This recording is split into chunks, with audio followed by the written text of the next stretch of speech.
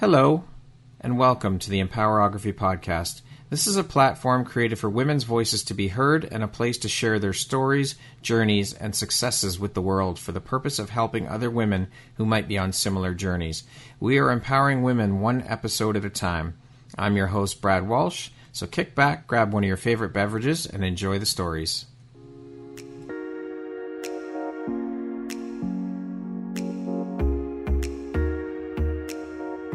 If you're looking for jewelry that makes an impact on your self-care routine and your style, Empowerography would like to offer you a discount code to one of our exclusive partners, Quartz and Canary Jewelry and Wellness Company.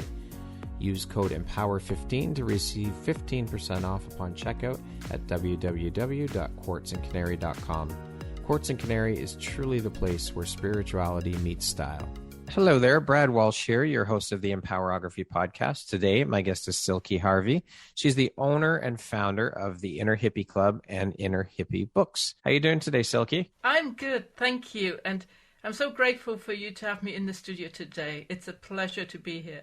Oh, the pleasure is all mine, Silke. Thank you so much for taking the time and making the time to be here and share a bit about your story and your journey with us here on the Empowerography Podcast and the community. I appreciate you. Thank you. As mentioned, you are the founder and owner of the Inner Hippie Club and Inner Hippie Books. You are a radio presenter, an international best-selling author, a senior-level executive contributor at Brainz Magazine, a Reiki master, a Reiki drum and Seikim Level 2 practitioner.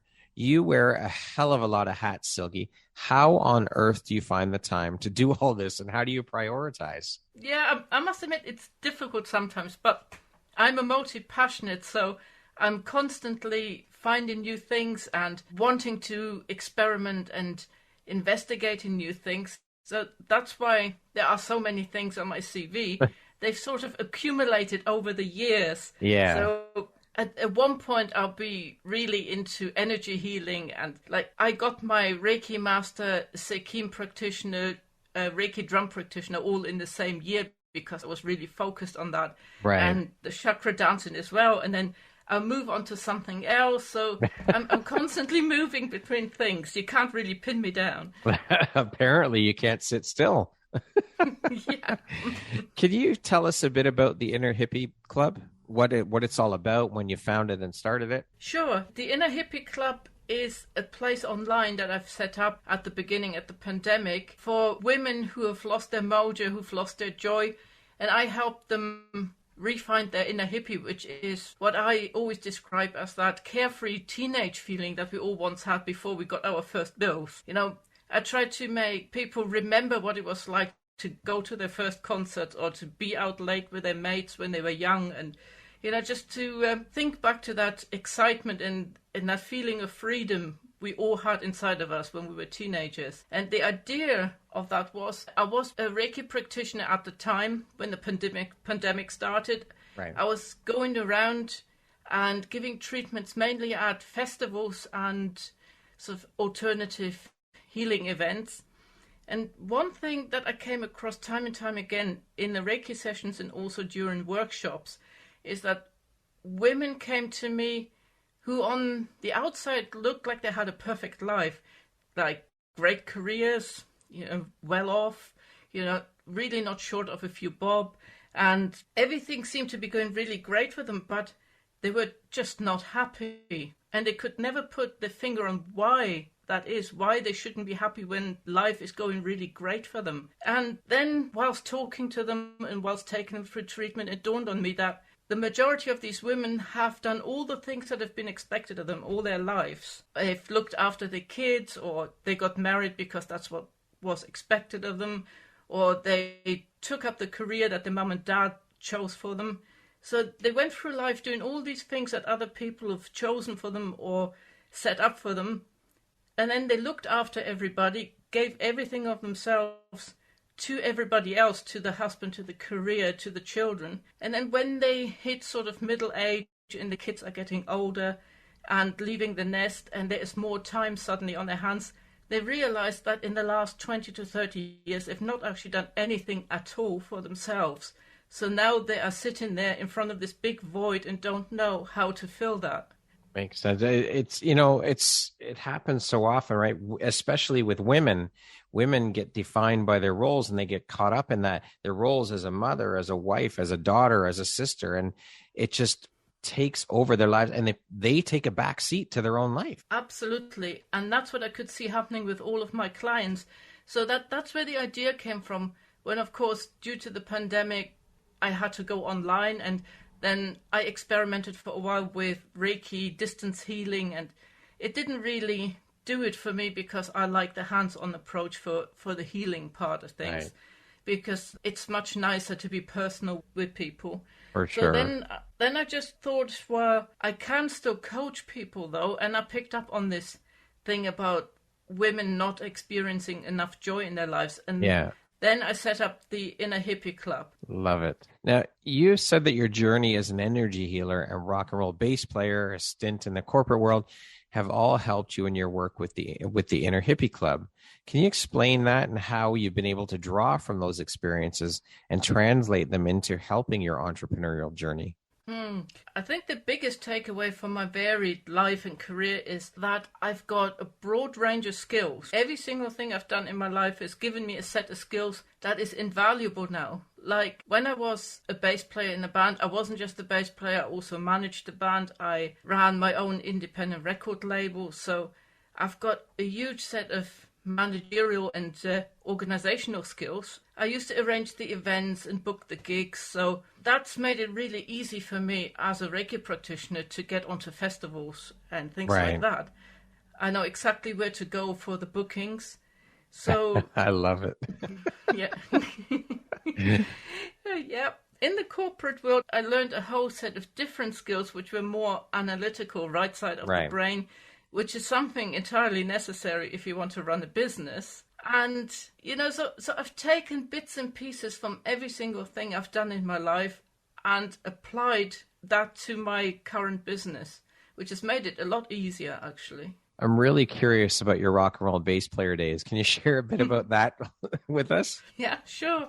Well, almost 20 years as the only female in various rock and roll bands. Yeah.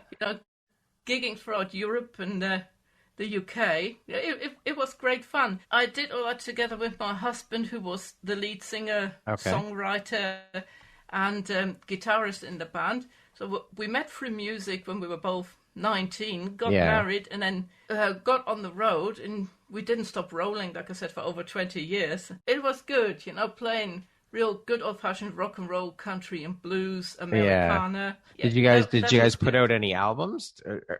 Like, how many albums did you put out? I think it was 3 properly recorded ones, about endless and endless amounts of demo recordings. Yeah.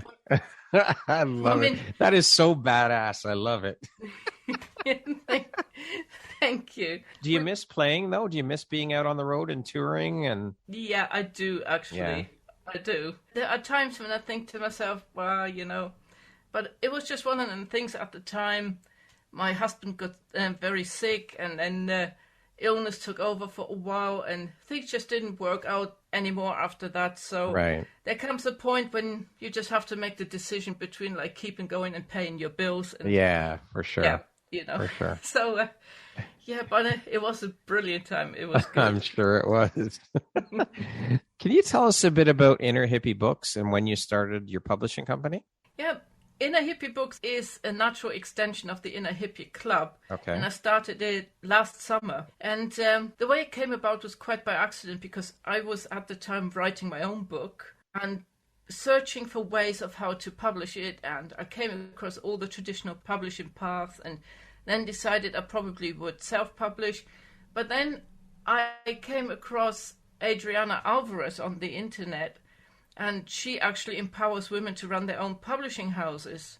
And the moment she told me that little nugget, the decision was made. It was like an aha moment. The light bulb went on, and I was thinking to myself, why did I never think of this before? I'm a complete bookworm. I love books. Half of my life I've done nothing but collect books, read books, work with books. So I thought, running my own publishing house, well, why not? I love it. And you've never looked back since. No, I've released my first multi-author book last year. Congratulations. Free. Thank you. It went to #1 in 6 countries in over 40 categories on Amazon. Wow. Yeah. So That's incredible. Thank you.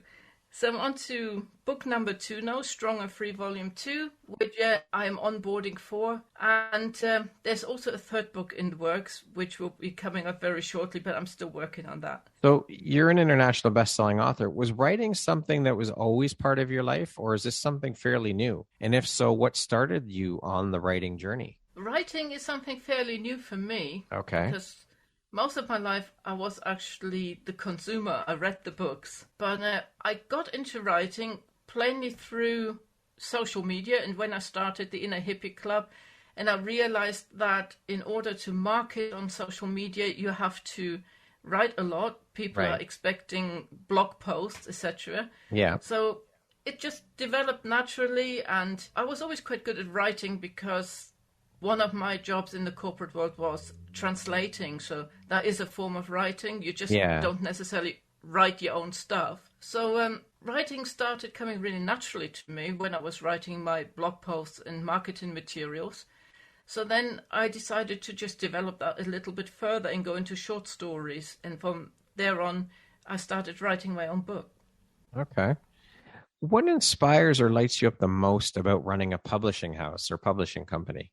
Working with all these amazing women who've got such inspiring stories to tell. I mean, I'm in awe every time I read a story because it is just so amazing, the wisdom of all these women. And I really feel passionate about putting those stories out there to the world because each and every story has a nugget of wisdom there that will make this world a better place if even one person reads it. Being able to touch, that's it, right? I mean, of course, we want to impact and touch as many people as we can, but if we can touch and inspire just one person through our stories, then that's your job done. And I truly believe that every single person on the face of this earth has a story worth sharing that will resonate with somebody. Absolutely. There is a story in each and every one of us. Yes. And I love storytelling because in the history of humanity, storytelling is actually the oldest form of entertainment, of passing on information. And our ancestors already sat around their campfires telling each other stories long before even the written word was invented. So it's such an integral part of humanity, and it's got forgotten a lot recently in recent years. So I really like the idea that at the moment there's a movement going on that storytelling is starting to bubble back up to the surface. It truly has. I mean, think about it. All of these, and maybe it's just because I've now been immersed in the author and publishing world, but there are so many people getting involved and getting on the bandwagon with writing chapters, contributing to books, starting publishing companies. I think it's absolutely incredible, and it's needed, I think, to bring it back and revive storytelling, the art of storytelling. Absolutely. And this is actually one thing that the internet and all our electronics and media is really, really good for, because it gives people the opportunity to go out there. Because now, in order to write your story, all you need is a social media account. In the old days, it would have taken you years of knocking on the doors of publishing houses, and maybe or maybe not, they would have taken your stuff. That's right. Silke, what would you say is the most challenging part about running a publishing house? Most definitely the organization of it all. Okay. Because you are working with a group of 15 to 25 authors in one book. So that's quite a few people to get under one hat to deliver all their stuff on time, to make sure the deadlines are met. So that's the most challenging part for me. What drives, motivates, and inspires you to keep going and keep pushing and excelling at all that you do, Silke? I simply want to leave this world a better place for our children and the generations of their children to come. Love it. Plain and simple, but so impactful. Yeah, absolutely. That is behind everything I do. I love it. What do you think your unique skill set or superpower is that's helped you become successful? By superpower, probably complete and utter stubbornness. If I put my mind to something, it is very difficult to get me off the path. That's a great superpower. I love it. Yeah. How do you define success? Speaking of success, what does that word mean to you? To me, success means that you have actually achieved something you set out to do in life. And that could be absolutely anything. Success for me has absolutely nothing to do with money. Money is just like a pleasant side effect of success. But for example, if you leave school and all you ever wanted to do is find a job and then settle down in a nice place, and you get a job in a supermarket working the till, and you absolutely love it, and you've got your little place, then you were completely successful in life. So success is really a really personal thing, and the level of success is defined by every single person. But to me, it really is that point when you have achieved your goal that you went out there to get. Beautifully said. Silke, what was a turning point in your life, and how did that affect you?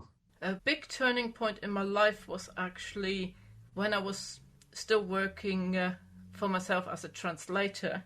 I actually woke up one morning and realized I had fallen asleep on the keyboard of my laptop after I'd just done another 16-hour stint for the 7th week in a row without a single day off, just to meet the deadlines of the corporations that were hiring me. And that day, I think, was one of the lowest in my life. I woke up, and when I realized what had happened, I actually didn't stop crying for the whole rest of the day. But it was also the kick up the bottom in the way that I needed to get out of that corporate rat race, because that day I just left everything. I let all my deadlines expire. I had an inbox full of angry customers, but I just didn't care. I just shut that laptop and walked away from everything. And during that downtime, I finally gave myself, I then realized that things couldn't continue the way they were going, or I probably would be dead by 50 from a heart attack or something. Right. So I was just then wondering what to do. And I remembered somehow in the back of my mind, I had this little voice rearing up and reminding me that about 20 years prior, I had been attuned to Reiki, and I'd completely forgotten about it. At the time, we were still gigging with the band, and life was way too exciting to bother about Reiki. A different world, right? Yeah, absolutely. But on that day, I just thought, what the heck, it can't hurt, and started giving myself some treatments. And it all just progressed from there. I started to pick myself up. I went along to a local Buddhist monastery that we have here in Scotland, and I learned from the monks directly how to practice mindfulness, and the whole thing just carried on. And even though I continued my job as a freelancer, from that moment on I decided to actually turn down offers, say no to work, tell people that I'm booked, and when the deadlines were getting too ridiculous, just plainly tell them to get lost, which is something I had never done in the past for sheer fear of losing custom. But so that day actually started the entire ball rolling in the direction of where I'm going now with life.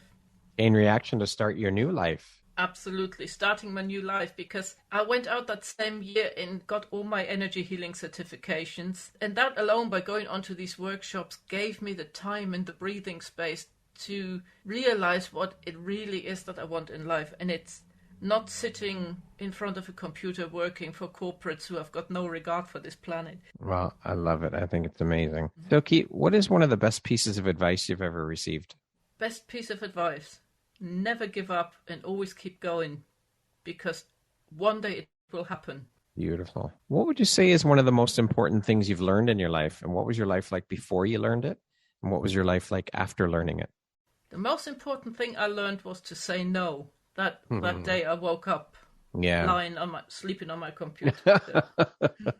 It's so important. We all, it's such a small word, but it carries so much weight. Yeah. That 2-letter word. It's so powerful. It is so powerful that it turned my entire life around. There you go. See? Mm-hmm. What's the most recent investment you've made in yourself? The most recent investment was to go with Adriana Alvarez to start my publishing business. I invested in myself and in my business and went with her as a business coach, and I've never looked back. Who in your life has had the biggest impact on you, and why?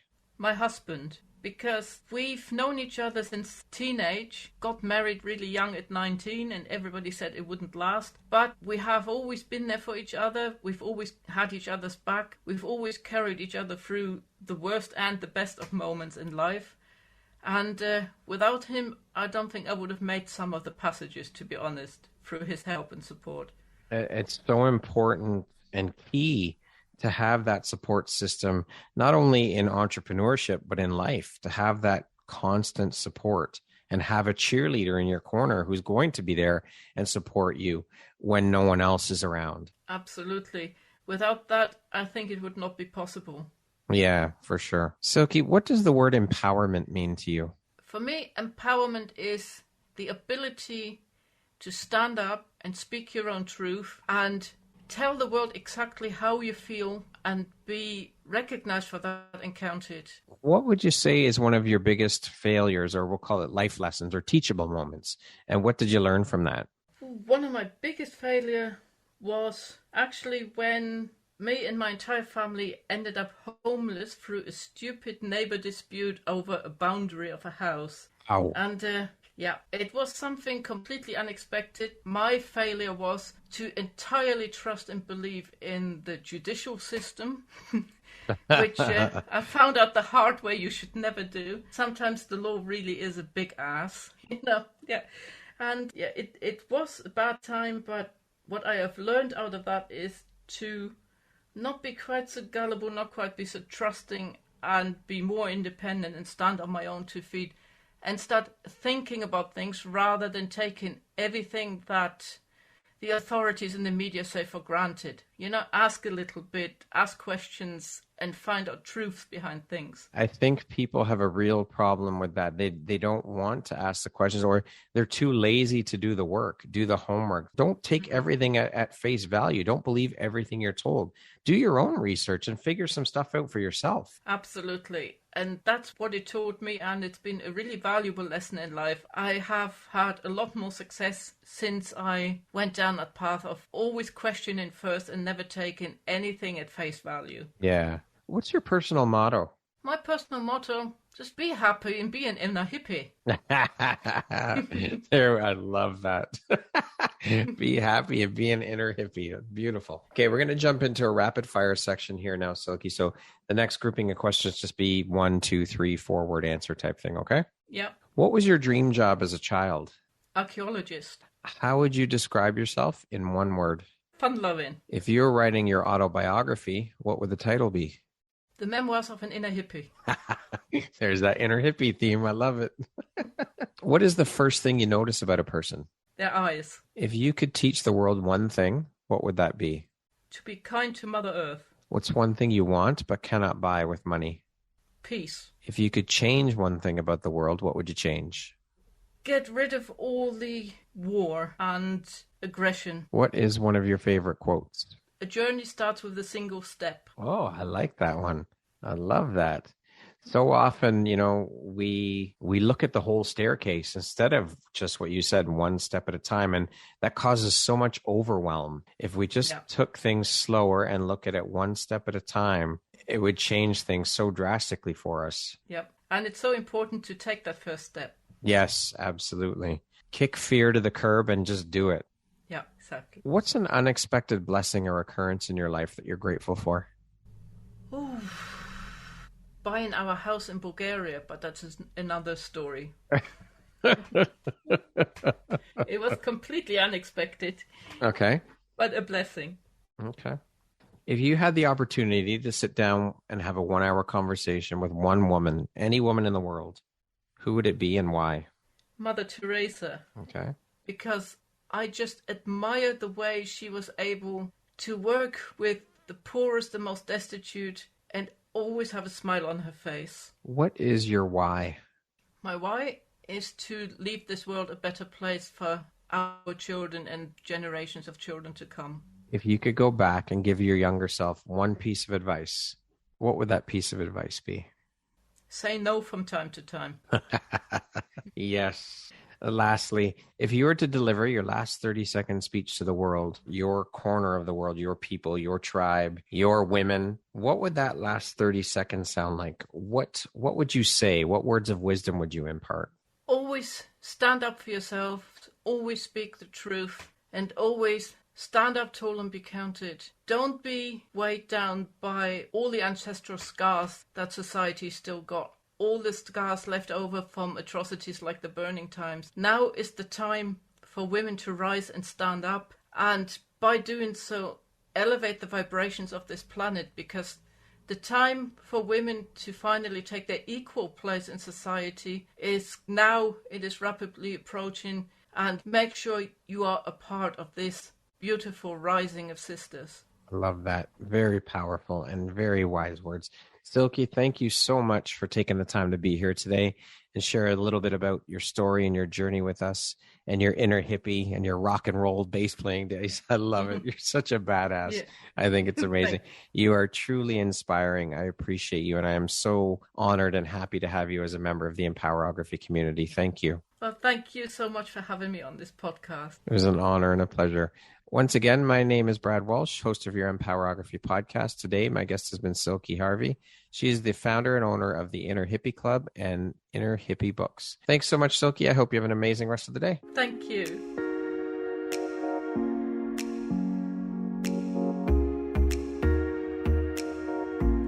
Thank you very much for listening to this podcast.